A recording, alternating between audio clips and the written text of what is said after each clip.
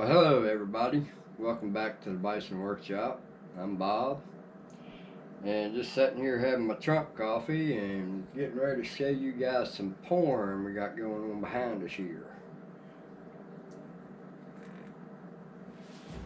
So, let me just get right on into it.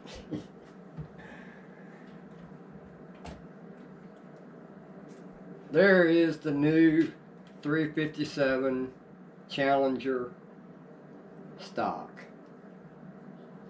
We use the original block. Everything is made to fit that block that I'm making for my Challengers. That way I can mix and match. I can change something out if I want to. Let's say I want to put a folding stock on this, I can just switch out this adapter and I can do it. Do everything. So we went to sport look this time on this stock.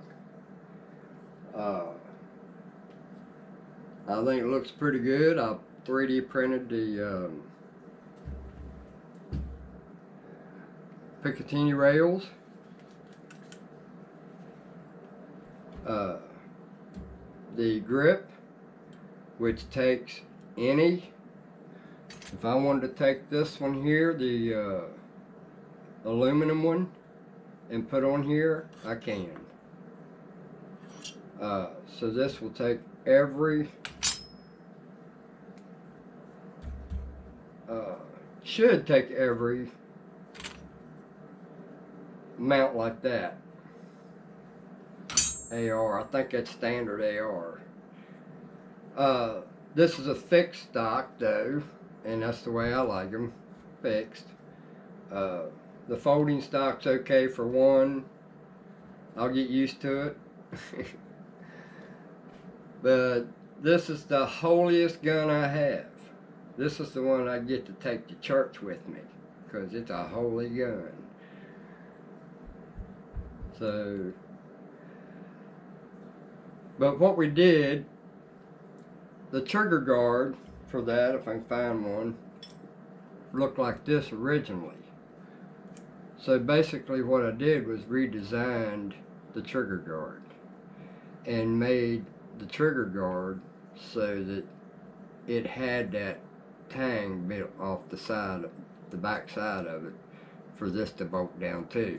Basically it's just a square with a different angle cut out of it, and I molded it all in one piece so that I can use any AR style grip. So I have options. Let's say I wanted to go to one of these Colts. All I gotta do is change that adapter. I can put any grip I want on it that I make. So, and I plan to make more of them, but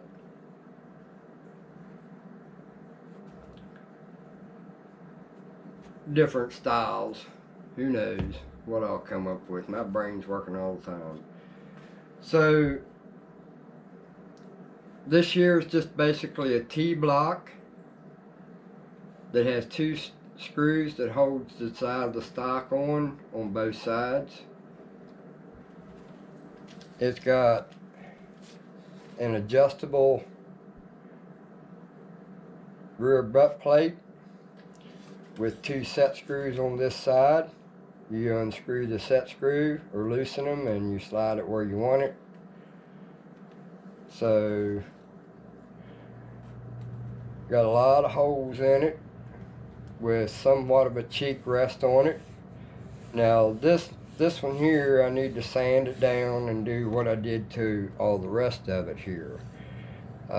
If you guys are in frame, I can't tell. But I took and sanded all this down and filed everything flat because it had ridges in it and lines from the 3D printer. And you can see the lines in this, but they're not as bad. So I just stuck it on there just for looks for right now. But the trigger guard is mounted down by two screws in here and one screw right here. And then there's another hole threaded in that piece to take this screw. So, but I did a lot of sanding on it and filing and shaping on this piece. It was just a blank. It was kind of a rough blank, but I'm kind of glad it was a blank because it gave me a way to file in good places. So it turned out pretty nice. At first I thought it was going to look ugly, but it turned out pretty nice. The only place that I still have lines is on the back side here, but they're so uniform that it just makes it look like you meant to do that. So I just left that there, and it's nice and smooth too. I just haven't done the stock yet. I've done all the rest of it, and then I'm going to try oiling them. I sanded them down, flat sanded, and then I took it and brushed all the stuff out, the filings and sandings out, all the crevices and stuff. Then I took shoe polish, black shoe polish, and then I went over it and dyed it black to get rid of the powder look. And it looks pretty decent. Now I could have went deeper, I could have went further and made it better, but it was okay for me the way it is right there. You can make this stuff look really like glass, I bet. But who would want a shiny gun anyway? So this is the 357 Challenger stock. And I don't know if I showed you this, but I also painted the fire and safe. So there you have a look at it.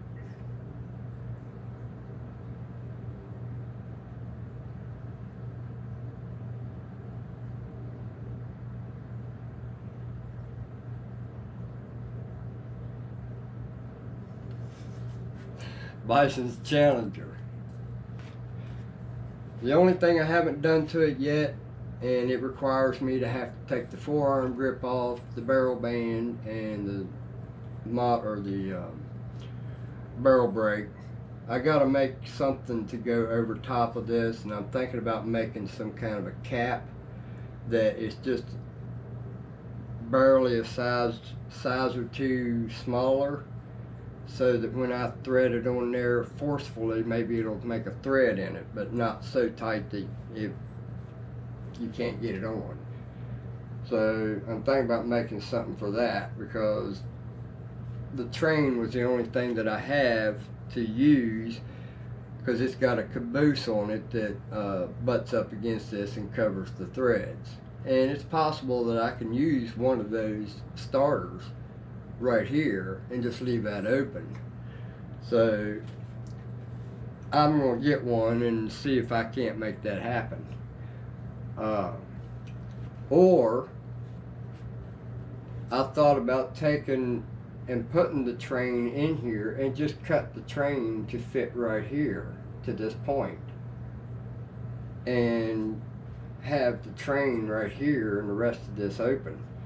I think that would be pretty cool also. And it will happen. It just requires me to cut. Let me put this back in the vise.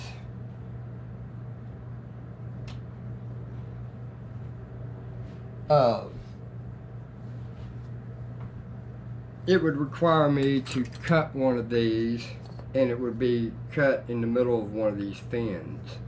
So you got to be careful cutting like that, because there's not a whole lot of meat holding these things together anyway. So, you know, if you start weakening things, right now it's strong as it can be, but when you cut that out, that changes how this is going to act. So it may work just fine, but we're going to try to cut one of these down. Or maybe I'll just go in and shorten one and make it like this on the end. I don't know. Required too much work for me. So I gave it up. But I'm going to eventually try to put a train on it and see how that works. Anyway, don't forget to like, share, comment, subscribe. You guys have a good one. Later.